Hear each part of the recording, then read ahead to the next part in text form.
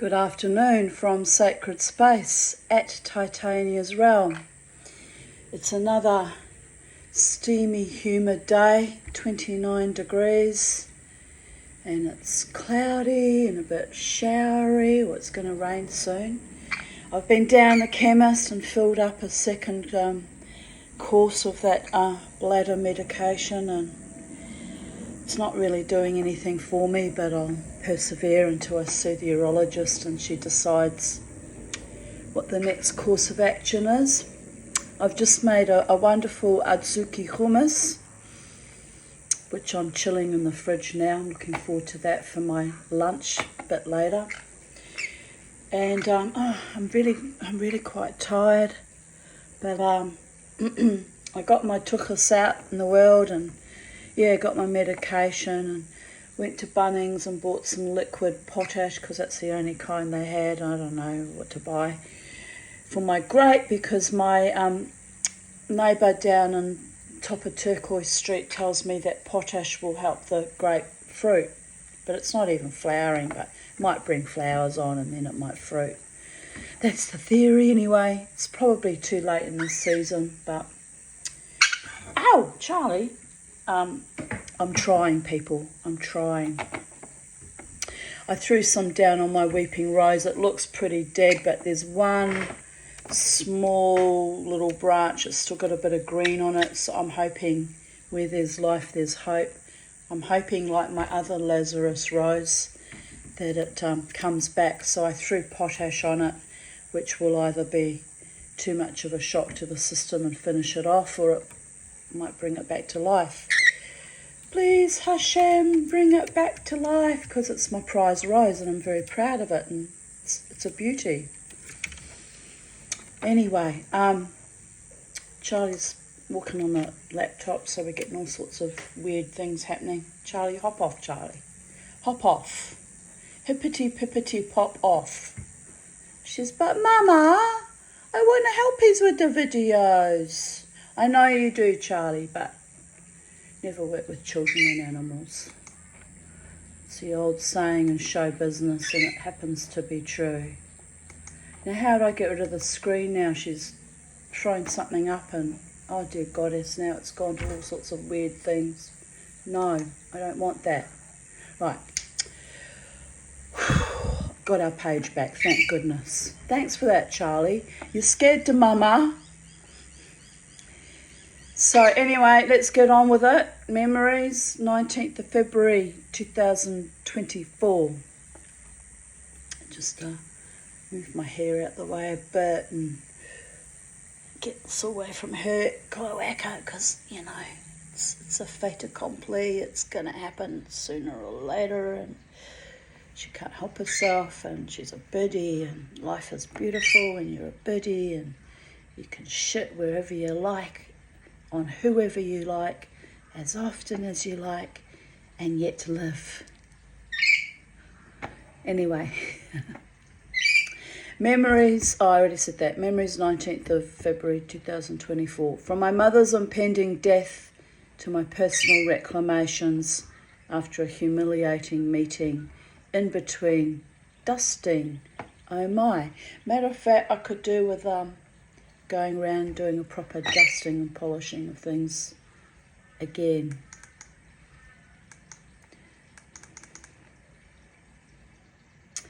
Here's a photo of me at Mount Glorious.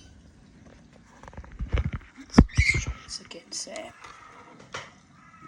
My daughter took of me feeling carefree and joyous at Myala Forest, Mount Glorious, where it truly is glorious. And I don't know why I was wearing those crazy witchy socks and that daggy dress, but hey, we had a lovely time, and who cares about the fashion of the passion. We were all trotting around like little hobbitses in the forest. Oh, we had a lovely day. When I remember days like that, I miss my daughter. Oh, look at the photo again, it got cut off. I'm actually standing on a very large downed tree trunk. So, oh Gosh, it's hot in here. I might have to close the windows, put the aircon on. 19th of February 2023. Today I sold my mother's brass standard lamp with the crystals and brass cherubim. That was hard to let go of, by the way, but anyway. It was a beautiful lamp, but it needed replating, and I decided it was time to move the ancient stale energy and constant bad memories of my mother on. The people that bought it also wanted the lampshade that I'd made from old corsets I used to wear. I told them I was keeping the brooches I had also decorated it with. But I mean, the corsets were either too small or were nylon bone, so they'd gone, lost their shape. So they were fine to decorate a lampshade, but couldn't really wear them anymore.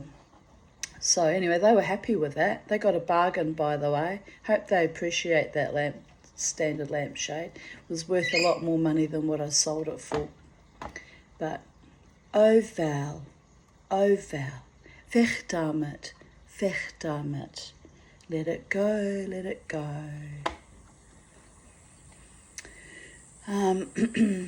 I will use the money to buy gas for my silversmithing, which I did indeed do. Then I can start casting and making, hopefully, lovely jewellery. Or strive to. So that old lamp that was rarely used will be transmuted into something I will be using all the time. It feels good to let it go. They actually got a bargain too. Amen, sister. I think they did very well. Anyway, I pulled off,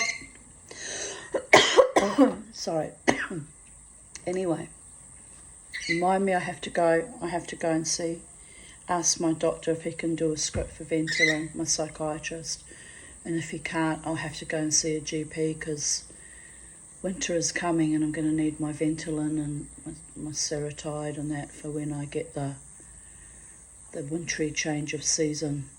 It's actually already starting, the changing of season for autumn, right? My lungs are already like, the season is changing, play up now. Little bitches. I wish they'd just behave themselves, but they won't because they belong to the Tanya. Anyway, I pulled off the old brooches and polished up the sterling silver ones. I was surprised by the pewter, I think it's pewter, one with the cat looking into the mirror. The mirror came unglued and inside was the fully decorated cat that is never seen behind the mirror. It's a pity the cat is invisible when worn. It was just delightful actually, but I decided to put it back together how it was.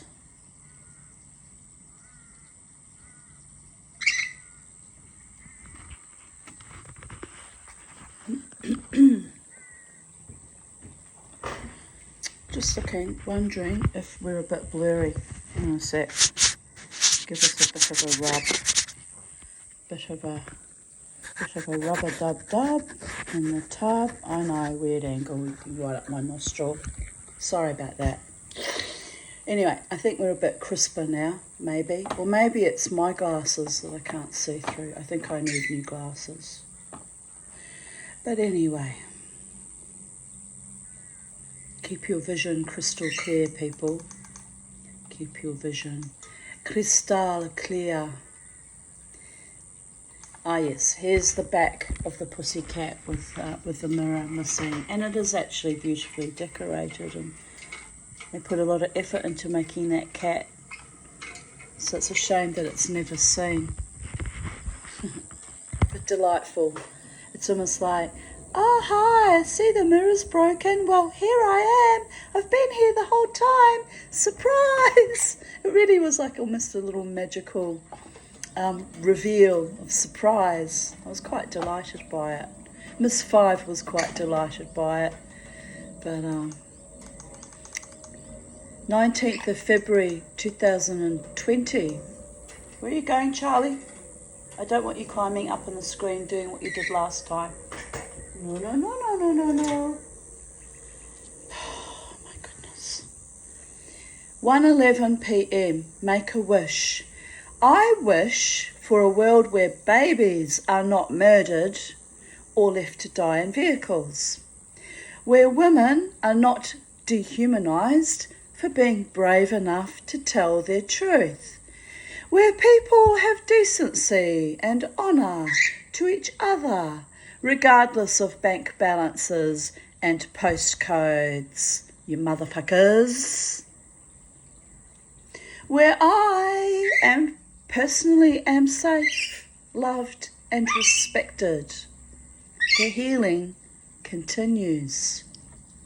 I knew she was going to do that. And I didn't bring... How bad is it? Because I didn't bring my cloth in. I'll be back. Charlie, why do you do this? I could be a professional vlog person if you didn't crack down my neck.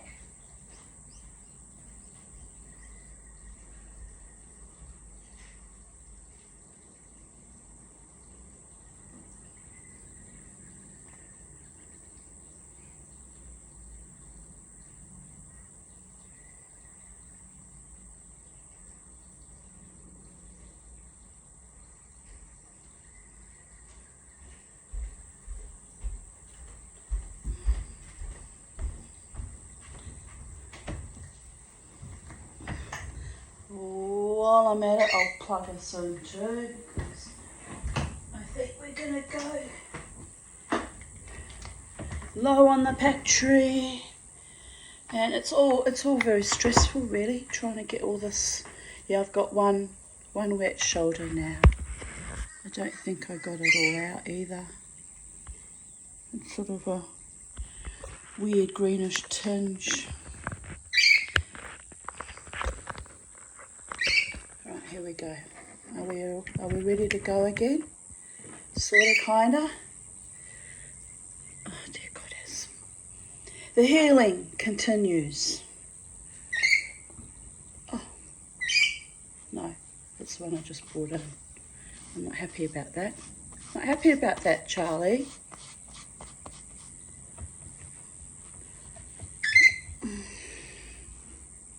I've been out to clean Charlie's cage, which was overdue. I waterproofed my new suede high heels I bought. Pardon me. So they're 4 years old now. Those lovely shoes I wore to the Brooklyn Standard. Not this Friday gone, but the one before. Oh, they are so sexy. I fucking love them. Oh my. But anyway.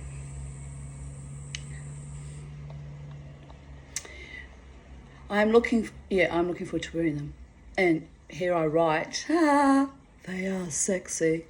Even though I get judged as a whore by creepy misogynistic men in my Jewish community, you know who that one is, the fucking evil piece of shit. I still like to look glamorous or a bit sexy. Never let the bastards grind me down. Hopefully they don't burst when I'm getting my eyesight reviewed tomorrow. That would be embarrassing. Eh? Oh, wait a minute, we've skipped, sorry. I was like, what? Holy doolies.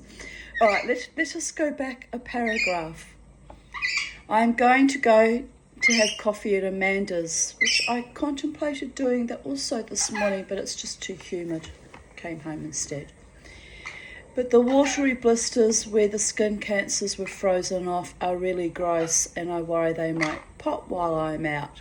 Hopefully they don't burst when I'm getting my eyesight reviewed tomorrow. That would be embarrassing. Okay, now that completely made sense. My goodness.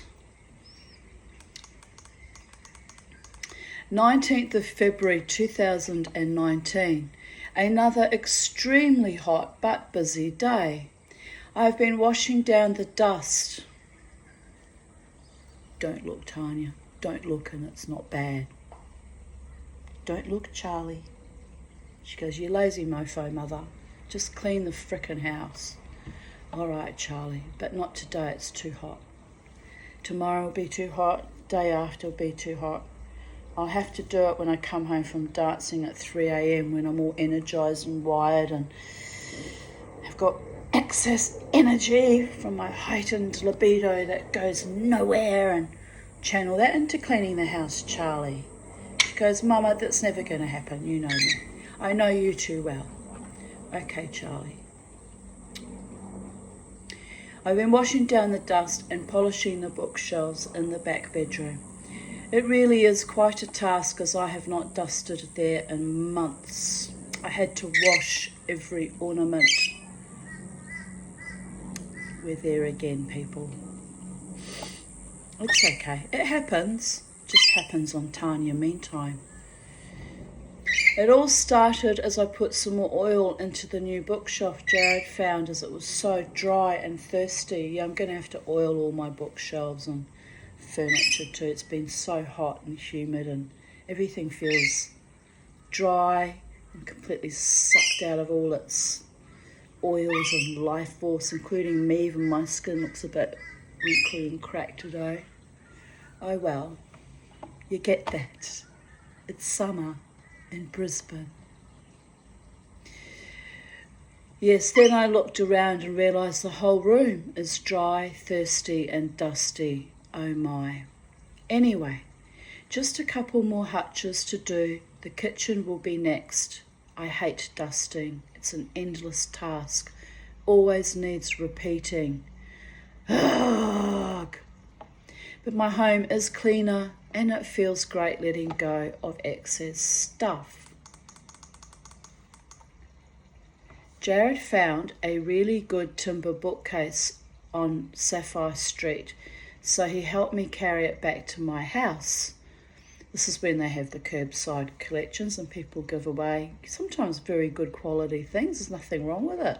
They're just sick of looking at it, or it's a Horcrux from their family, but I get it in and I clean it and smudge it and bless it and put all my Horcruxes out for someone else to deal with. Since they're not related to my mother, they won't see it as a fucking Horcrux, will they? But anyway, it is similar to the bookcases I have already. It just needed a good clean and polish. We struggled, but got it inside. Rob from across the road offered to help carry it to the rear of my house, which was kind, as I was really struggling. So he only lives directly opposite me, so we'd struggled with it round the corner, but then he helped us at the end. And actually that was very kind of him, because I was bright red and having trouble breathing, and Jared just soldiers on, you know, because he's a stronger man than I. And we're like Darby and Joan, the two of us, with our mad ideas of things we bring home. And it gets a bit mad sometimes. But anyway, I'm still very, very happy. I'm still very happy about it.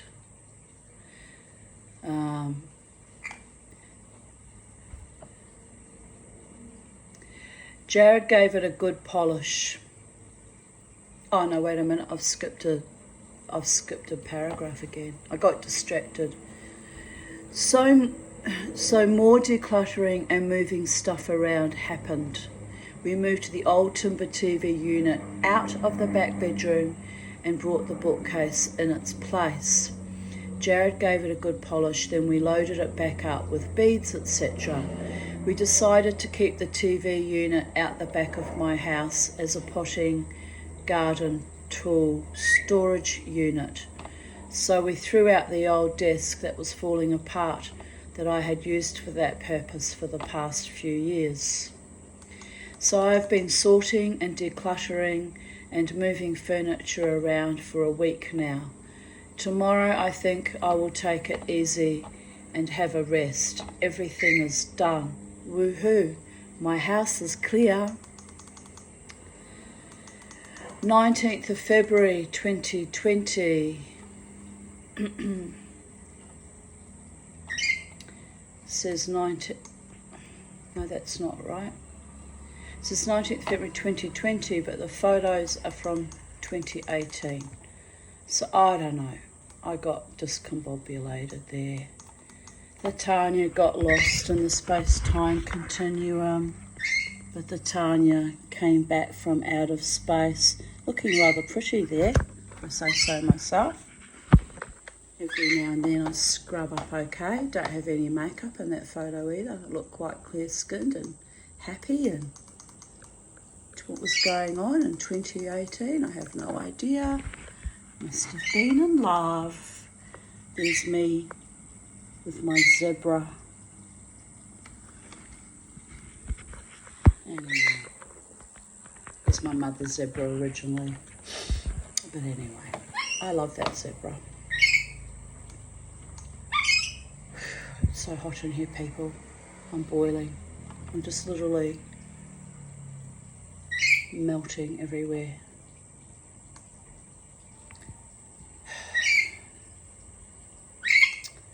Oh, that's why I was so happy. Look who's visiting the mama, the daughter. The daughter was visiting the mama. And what's she doing? Sitting in the hammock. I don't know. Going through her paperwork or stuff, or I don't know. Anyway.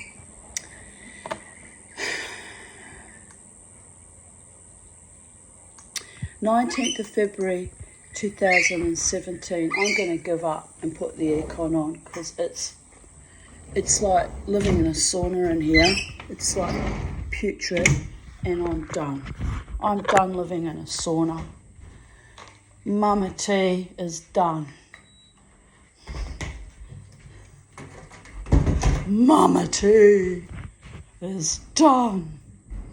Right, here we go. Now, my darlings, on even date 2017, I wrote, I am bemusedly pondering my connections to Puck, Pan, Heitiki, the trickster gods of ancient lore. Yes, Charlie.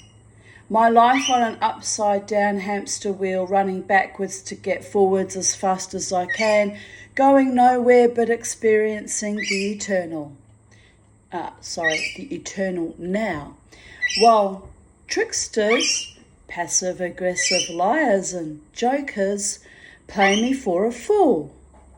I leap and dance and shy and cry and throw a hefty dwarf over the shoulder type tantrum, then carry on doing what I do best, laughing through my tears, my fears, my tribulations, my tribal betrayals, and my cosmic consciousness, because at the end of the day, in brackets, night, nothing really matters. The sea monkeys have my money. Cupid has my true love, albeit kept away from me because I must remain free, my precious. But he knows that, and I know it, and well, love is eternal and or infernal, and better luck next time. Puck, the schmuck, brought Buck into my mother's life because of a nasty, horrible sexual disease I encountered named Terry. And all hell broke loose, and those evil bastards almost killed me. But I am here to tell you, I was never going to let them win completely.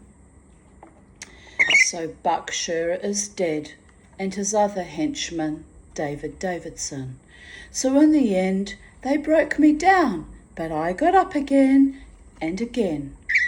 Michelle, the cold-hearted traitor, is still friends with David, the Devo's wife. So I am now well aware of their group collusion. I was so psychotic from trauma back in the day that I begged her to help me.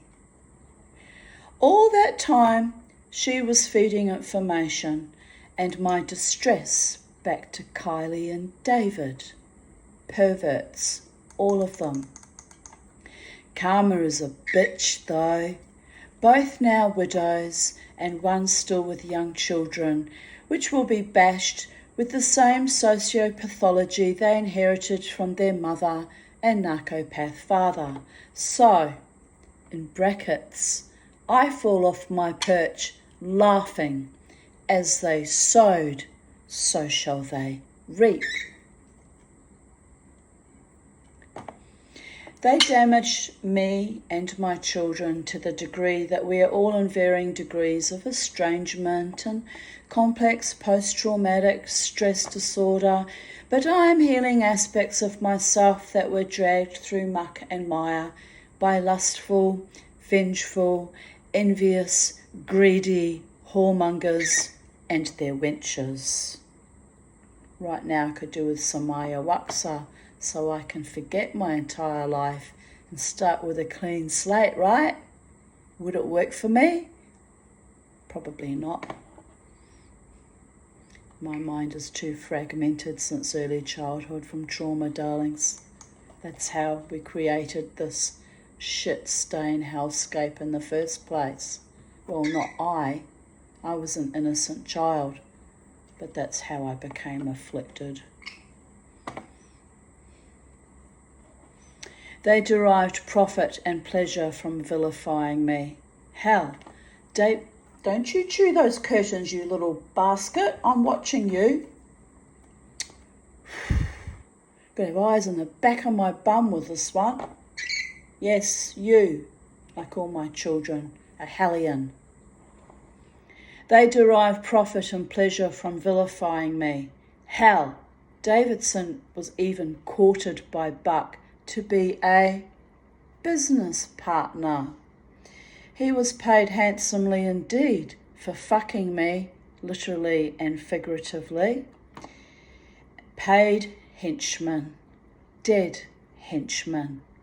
I wonder if his conscience finally turned to rot and hastened his death. He loved me. Tanya can do anything, quote he, but he followed the money. Now the dead are dancing. They traumatized me into a zombie state for over 20 years, but the Tanya, that marvelous, illustrious, or wonderful bitch, is back. To the last pernicious weak spirit that haunted my door last June, David Davidson, I released you long ago, but you never truly released me, even though I begged you, love and light. In another paradigm, you await me. I had your back even as you stabbed me in my front. You did not know the caliber of woman you tried to annihilate. But now you do. Hashem counts the tears of every woman, binds her wounds, and raises her up high. Yes, he does. He truly does. Takes her grief and her fury. You are not crazy, but hopping mad, my wonderful doctor who truly comprehends me, and rebuilds newer, finer, and more determined versions of herself. True love, transmuted, transmigrated, transmogrified. My enemies taught me one thing. I am worth so much more than them, or the abuses I suffered, or the horror, or the failure to thrive. One by one, thank you God for showing me their karma in my own lifetime. They leave this mortal coil and will face the consequences of their actions or deliberate inaction, the sins of omission, people, in the next world to come. As for me, still denied so many basic requirements of what I came to achieve on this planet. So God, in her infinite wisdom, and the tricksters are not done with me yet. My greatest gifts are my worst nightmares, for they taught me whom I do not want to be. Ever, ever. I will not forfeit my freedom, my faith in myself and God, my integrity as a human, as a woman, subject to this earthly vessel that is aging and rotting as we speak, or my superpower to love the loveless, lost, broken, even the unlovable, until I get sick of butting my Aries head against brick walls that are cold, dank, empty, and unresponsive. Life has no meaning without love, real love. It is fire, celestial fire that cannot ever completely die. For if one tiny spark of redemption remains, it is fueled into an inferno of passion and resolution that makes mere mortals fall to their knees in humbling, stumbling awe. The tyranny of hatred that beset me since my tiny birth into this reality is falling away, and a new star is rising, a new dawn. Liars, cheats, fakes, con men and their spawn are cold in the ground or losing their stability. I will not save them. They have their own life lessons to learn. I am tired, but I am strong. I am beloved. I am my own blessing in a world gone mad. I sit and ponder, pontificate, gesticulate, congratulate myself on coming so far in a life that was blunted and stunted and, well, fucking munted. I love it. Last night was absolutely fabulous, darlings, in spite of my pain. I rose and shone from the gravel of my own physical exhaustion. Defiance, splendour, razzle-dazzled myself into even further exhaustion. I came home a bit earlier than usual because 2 nights of performance art, archetypical travesty, and working through my emotions in song and dance in front of a live band and a huge crowd is very draining. My lovely group of women friends were very supportive, showered me with affection and revelled in our mutual wildness. Then home alone I retired to park the car and have Socks amble up my driveway from his perch across the road to greet me. Pardon me.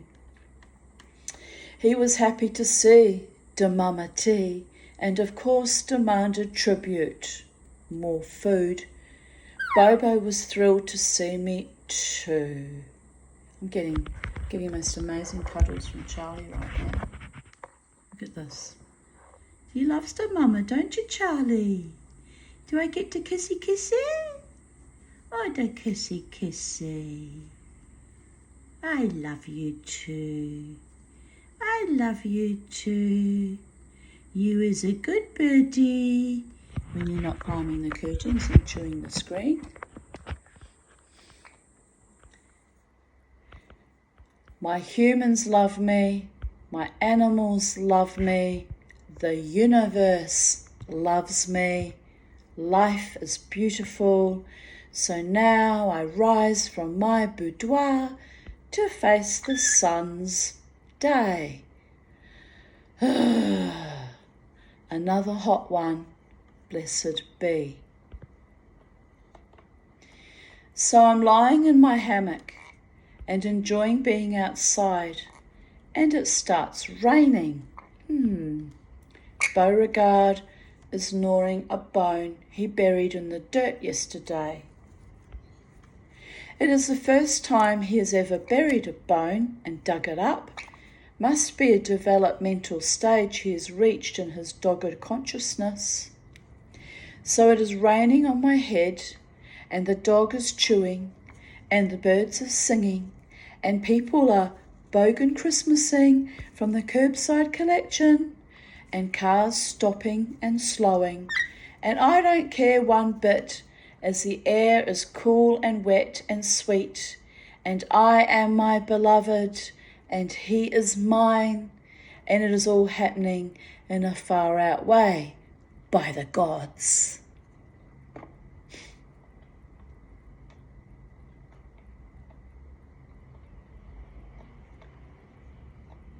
And I won't bother posting it again, but I posted a photo of my hammock and my orchids on the bough of the golden rain tree and above it, and it's beautiful. But here's a cute photo. Sophie is hunting the snark, actually geckos, but shh, she takes her new thrill kill very seriously. And here she is. Can you see her? Concentrating very seriously on the geckos.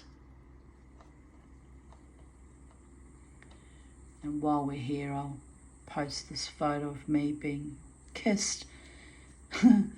It's his tongue on top of my nose. It makes me look like, I always forget his name. It'll come to me. But that actor from the 40s that has the schnoz similar to mine, it'll come to me. He's Serbian-American, and very famous actor and comedian. Oh, I can never remember. Why can I never remember? Mushu, AWOL again, 2 nights. I need to accept he is a free spirit with more humans feeding and loving him up. He comes home occasionally. Love my boy, the brat. Here I wrote for that picture, when all the world turns to shit or spiritual gold, at least my Beauregard loves me. Oh, dear goddess, I miss you so much, my beautiful boy.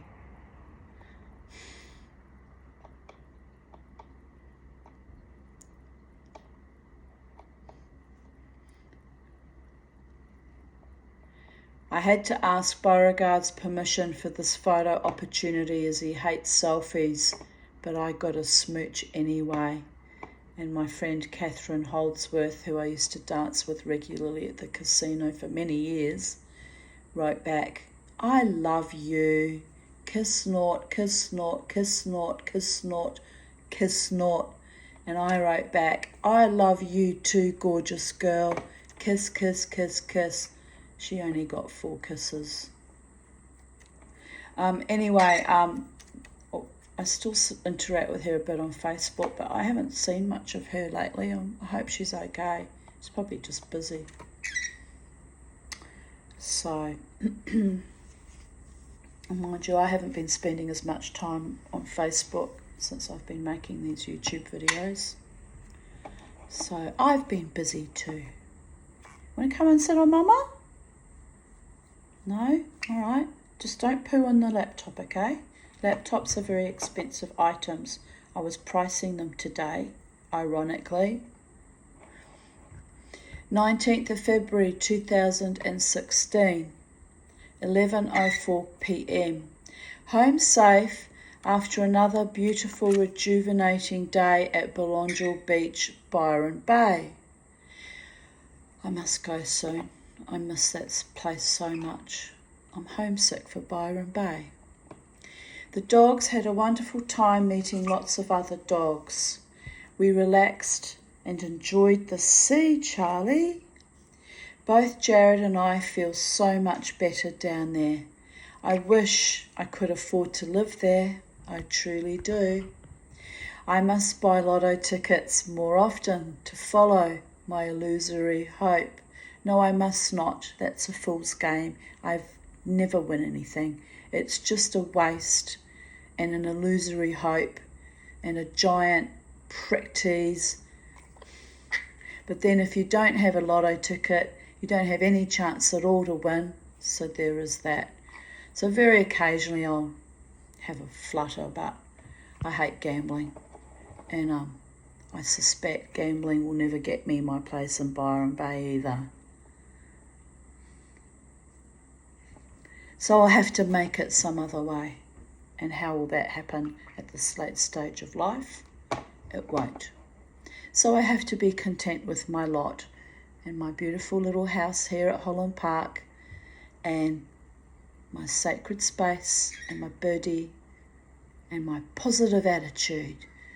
Because I am abundant, I am extremely wealthy, and I am loved and adored by a beautiful man who adores me back, and life is wonderful, people.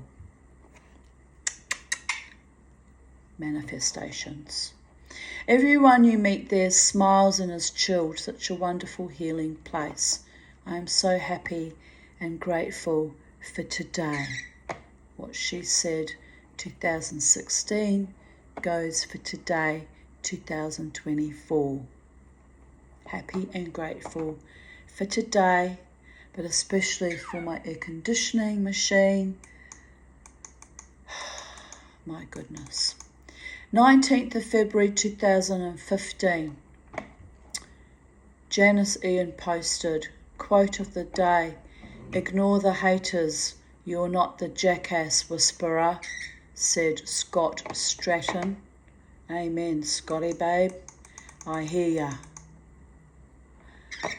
And she added a meme to it that says, "Not my circus, not my monkeys." A Polish proverb. It's true. Don't get involved in other people's dramas or nightmares, because at the end of the day, not your circus, not your monkeys. Live your best life. 19th of February 2014. The wind is up. A lovely sultry mistral, witchy wind. My hand still hurts, and I am lonely. Oh, think I will watch Lost Girl. Following up on my earlier status update, I remembered I had this intense dream about exorcising a lost spirit from a house inhabited by a Pacific Island family. It was very odd as I seemed close friends with the family, which made me think of Uncle Mia and Auntie Velma, the biological sister to my pedophile godfather, Uncle Trevor. I felt very exhausted when I woke up. My exorcism dreams really drain me. I really do a lot of threshing about when casting out demons in my sleep. It's trauma processing, people. Trauma processing. I hope so anyway. I think actually I do go to other dimensions though in the astral, and I do indeed do battle quite often in my spirit and wake up completely fucking depleted but triumphant. Trevor, who I hope is dead by now, would be in his 90s. He was of Maori and Sikh descent. His grandfather was a Sikh from India. Velma was his full sister, that means full-blooded sister. They had the same father and mother. And they both had many half-siblings and step-siblings. Velma was married to the chief by rights of birth of Rarotonga, but he gave up his right to the throne to his younger brother. Uncle Mia, who was a wonderful man, he was very kind to me and decent. He wasn't a sexual predator like his brother-in-law. Uncle Mia was not a very ambitious man. He retired from the New Zealand Army, still a private.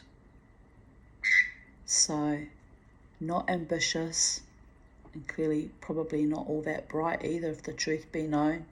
Would you give up your chiefdom in a beautiful tropical island in the Pacific Islands to your younger brother?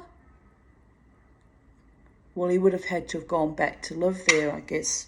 That was the thing. He didn't want to leave New Zealand. But I tell you what, I wish I could have swapped places with him. I would have gone and been chief of all my people, being fed the most fabulous feasts daily, and I suppose there is responsibility to it though. But anyway, I add here, but I loved him for his sweet, easy soul and kind manner. He was indeed a lovely man, my Uncle Mia. Wasn't my biological uncle, neither was Trevor, but I was raised to call them uncle and auntie, you know. It's a mark of respect. The hand of God is upon me. I just had a debrief with my psych discussing how the shades of my past have resurfaced and my need to keep firm boundaries in my life. Then I went to Garden City for a meal and a browse. I passed a stall staffed by Israelis, and as I hate being hassled to buy stuff I don't want or need and can't afford anyway, I shrugged the young man off politely, but he walked towards me and asked about my tattoo. Then followed a lengthy chat about my family history, which in Yiddish is called yichus. Yichus. If someone wants to know about your yichus, they want to know who your people are, where you were born, where your people were born, what languages they speak, where they came from. They want to know the nitty-gritty people. Anyway, about my family history, my Jewishness, my spiritual journey. Harrowing for him, but lots for him to think about. We finished by him asking for a photo of my tattoo to show his father in Israel when he goes there next week. I told him our meeting, here comes a storm, people. You can hear the thunder. That's why it got so freaking humid before. I told him our meeting was another reminder, the other from my favourite Orthodox rabbi, asking to get in touch with me, which was very sweet. And by the way, tattoos are forbidden according to Jewish law. You're not supposed to scarify your body, which in certain Pacific and in the Papua New Guinea they create, or in Aboriginal culture as well, in some mobs, they create scars by creating some kind of lumps across your chest in rows. I'm not sure how they do it, but it has lines, not a tattoo, but it's called scarification. I think they put splints or something of wood splinters, and then the scar tissue grows over it, and then I think they remove the thing that caused the bumps, right? It's very interesting if you've ever seen it. Certain cultures do that. But that's forbidden in Judaism, and so are tattoos. But in about the last 10 or 20 years or so, many Jewish people have started tattooing themselves, and I hesitated for a long time because technically it means I can't have a Jewish funeral. But then I thought, after all the evil shit I was put through in my Brisbane Jewish community, I wouldn't want them having guardianship over my dead body, which you have to watch before burial. If you died late in the afternoon or evening, you get washed and candles lit at your head and at your feet, and someone guards your body during the night, and you get buried very quickly, usually within 24 hours. But I don't want them having guarding over my dead body after the way they treated me when I was alive. So I don't particularly care now that I won't have a Jewish funeral. And my tattoo in true Tanya form is a very symbolic Jewish one, because it's the burning bush that could not be consumed by fire with God's name. When Moses said, "Who are you?" he replied, "Ayah Asher Ayah." I am that I am, which translates roughly, if you play with the grammar, to I am whom I am becoming, because God is eternal, people. And I love that I am who I am becoming idea so very much that I asked my friend Dr. John Bradley of our former congregation, Kadima, to allow me to use the logo. He designed this logo for our newsletter and our official, congregational paperwork. And he happily gave me permission to use it as a tattoo. But it took me another 12 years because I never found the money. And in effect, it was only when I was drinking and playing pool and at the clubhouse in late 2011 till mid 2012 that the president said, "When are you going to get your tattoo, Tanya?" I said, "How do you know I want a tattoo?" Been reading my stuff on the internet, doing intel on me, which is perfectly fine. I've got nothing to hide or be ashamed of. And he said, "I know you want a tattoo." So he let me get this done at half price. Wasn't that sweet and kind? And I wanted to get a few more tattoos. Like I wanted a mermaid on this arm as a nod to my seafaring ancestry, but I never found the money, so there's no more tattoos. But one day I might get some more ink, as they say in the business. Might get some more ink. I think I may get some more ink, but I need moolah, lots of moolah, because I no longer have contacts that can do it for 50% off now. Oh. One woman came up to me, a Thai woman at the casino, about 5 or 6 years ago actually, and I recognised her. We danced regularly at the Live Wire Bar, and she sort of sidled up beside me. She's a very tiny little petite little Thai lady, about my vintage, maybe a bit younger. And I looked at her, I said, "Hello darling, how are you?" "Oh, good." And so we danced, dancing side by side. And then randomly she looks at me, she said, "I wanted to ask you something." I said, "Oh yes, what's that?" She said, "I've got a friend that's booked a room coming next week to the casino who's a tattooist. Would you be interested in getting tattoos done?"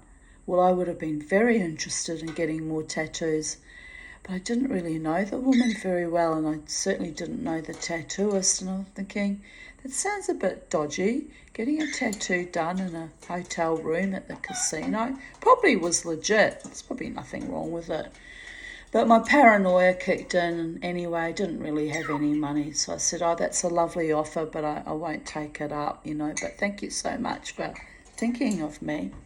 Anyway, very nice woman. Danced with her quite a lot there. But that was my chance to get another tattoo. But, she said it would have been cheaper, but, money, money, money. Life is funny. In a con artist world, they've screwed me out of everything. And now I'm a little bit bitter.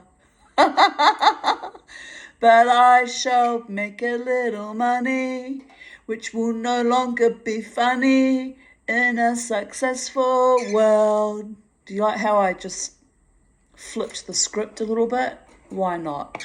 Play with me, people. Play along with me.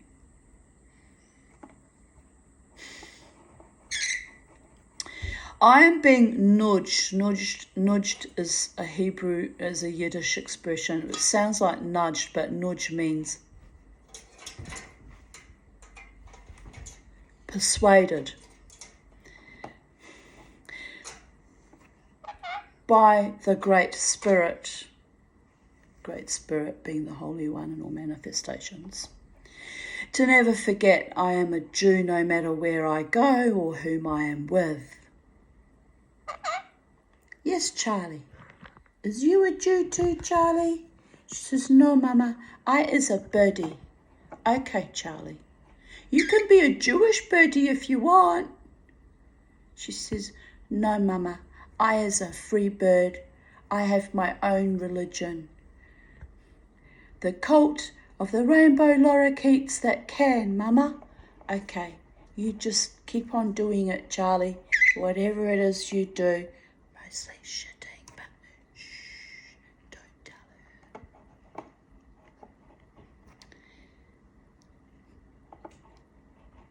To remember my spirit knows it belongs to God and that God belongs to me. To remember our contract of love and to always choose life. To stay in the light and to shine my light in dark places. To not be diminished by haters, the ignorant, the unlovable. To rise above my painful life, and to shine in triumph of survival and bliss. My father's favourite words to me when I was very small, 2, 3 and 4, each morning were, rise and shine. And I remember reading a Torah portion in Shul one Shabbat morning. Shul is temple or synagogue and Shabbat is the Sabbath morning, which is Saturday morning. That began with the words, arise and shine in the glory of the Lord, blah, blah, blah, words to that effect. And I was overcome with emotion as this has been my life quest, to arise and shine after a life of pain and suffering imposed upon me by my enemies and by the negligent and by the cruel. I am whom I am becoming, Ayeh, Asher, Ayeh, a wonderful test of time. Now, when did I write that? What year was that? Because that was a powerful year, 2014. Just before I met Dave, wasn't it? Only a few days prior. And the first thing he said to me pretty much was a Jewish expression unbeknownst to him. Why is this night different from all other nights? But anyway, forget about it. He's tattooed himself with Sozo, the demon that kills off all my pets one by one. So I've learnt to not keep contact or keep an energetic connection to that fucking monster the hard way after many, many deaths of my pets. Anyway, he's no friend to me. A friend returns calls and communicates and is decent. So there is that. Took me a while to finally accept that too. 19th of February 2010. God procrastinates, literally. Spent 2 days at Redlands Hospital after being informed Mum will die in 48 hours. It was a very difficult time watching my mother dying. Now they have beaten the E. coli infection. They are dead keen on giving her a hip replacement, which is fine and dandy, but since she can't eat or drink as she is aspirating, I wonder how she is going to survive all that. And I fought that, I can't even remember the name for it, the bone specialist that wanted to give my mother a hip replacement. But basically I told him to fuck the hell off and keep fucking off because the woman was dying.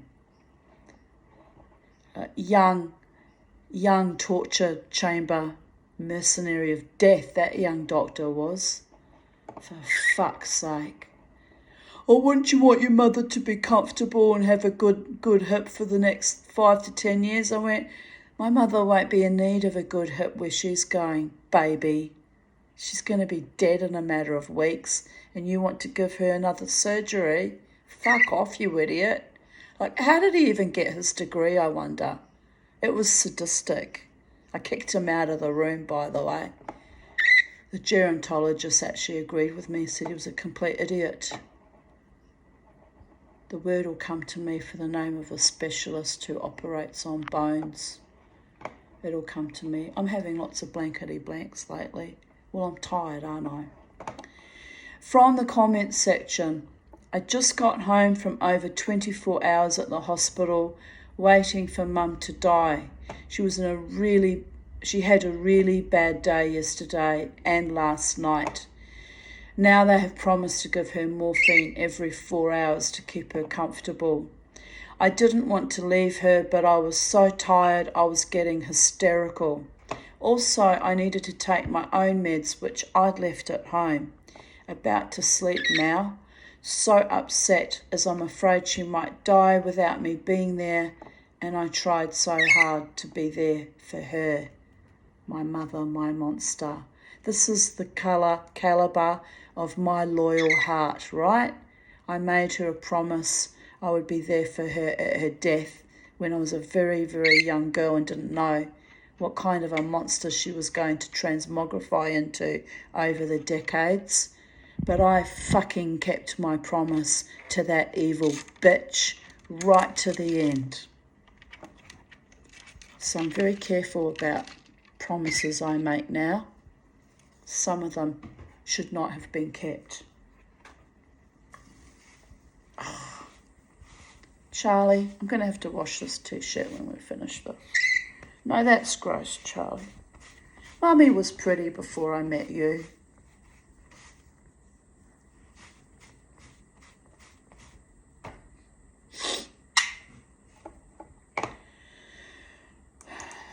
Meanwhile, Mum is in good spirits, very alert, actually vocalising appropriately for the first time in months, which I blame on the lovely fresh oxygen mix they are giving her. Oxygen, people. They should give it to us more often. While Crystal and I and Jasmine and my sister are freaking out with stress, thinking it's her last days on Earth. How ironic is that?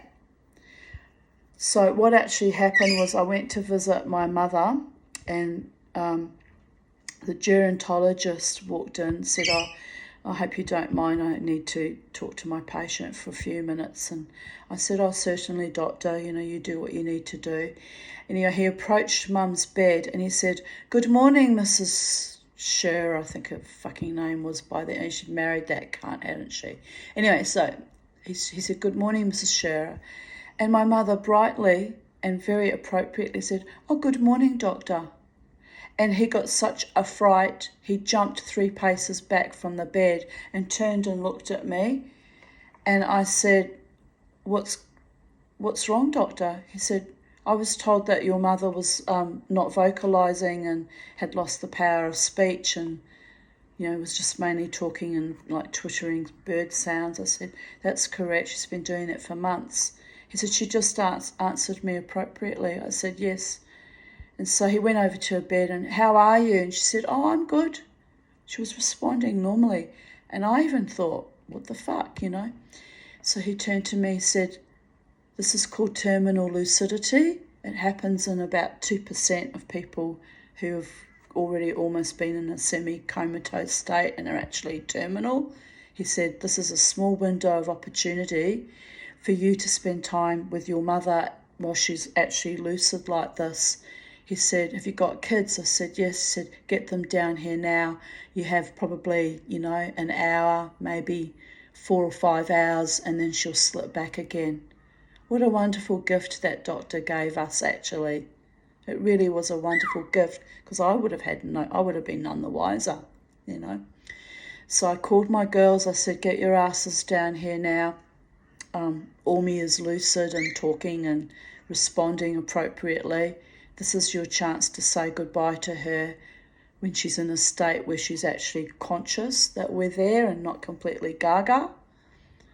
Okay, Mum. So I had to go drive home, pick them up, bring them back. So bring them back. We were all very nervous and excited.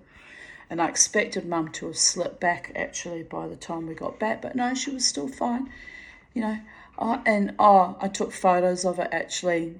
Jasmine was crying and lying on top of Mum's chest and talking to her, and Crystal was talking, and Mum was like responding. The first thing she said when she looked at my youngest, Jasmine, who I nicknamed the evil one because she's a complete fucking sociopath, or was towards me anyway. The first thing she said when she saw Jasmine was, "Oh, little one is here." And we all burst into tears because Mum and Uncle Case used to always refer to Jasmine as the little one because she was the youngest and the baby, you know. And anyway, even Jasmine started to cry. I'm trying not to cry thinking about it, actually, the memory. Anyway, I put on nice old German songs, shanty songs from Mum's childhood, which I had been playing to her, you know, for months, even at the home. And Mum was singing along, and I played that old black magic, walking up and down your spine. So my mother raised me on all the schlocky romance songs, which is why she ruined me for men, actually. Me always thinking of that I would find passion and romance and a truly loving man, right? Never fucking happened. Up until recent memory, where someone's been showing me a lot of attention and affection. From a distance there is harmony, and it echoes through the land. Anyway, poor Mama T. I'm completely fucked, but never mind. So here we were playing some of my mother's favourite love songs, and Mum's excited and her eyes are lighting up in her eyes, and she's responded. And then, as the doctor said would happen, after about 4 or 5 hours, she slipped back into her Alzheimer's fog of just being completely gaga and unable to communicate. And it was heartbreaking, but yes, we had those few hours with her when my mother's spirit was come to the fore of her temporal lobe and was running the program beautifully, right? Like a normal person again. It was a great gift. So she died, this was the 19th of February, and she died on the 7th of March, so only really a couple of weeks after, a few weeks after. So there was that. But anyway, terminal lucidity is the word for it. And if you stumble across that with your own beloveds, friends, family, you know, spouses, you know, your own Alzheimer's patients or dementia patients, grab the opportunity and spend that time with them. It was incredible. It was amazing experience, actually. Anyway, thus concludes my readings of Even Date, and it's a shorter one today. Thank the gods. Yesterday was very, very long, 3 hours. I rambled on. But if I've got something to say, I'm going to say it, because life is short. And while I can still synapse and process and maintain my memory and my life stories and my experiential awareness, I'm going to cleave to that. And if you don't like it or you find me boring, you're free to press the X button or unsubscribe. But, you know, I appreciate those of you who watch my videos and are on this journey with me and have little gleanings of your own from my long time experiences on this planet and my suffering, but also from my love and joy and bliss that gets blended in it. Like I just blended up some Adzuki hummus with tahini and spices and lime juice, and it all adds to a beautiful flavour. All the qualities and all the ingredients that fill out and flesh out a life, l'chaim. So God's bless. May you have a beautiful day, night, evening, afternoon in the space-time continuum, and enjoy every moment of every day, and kiss your beloved ones,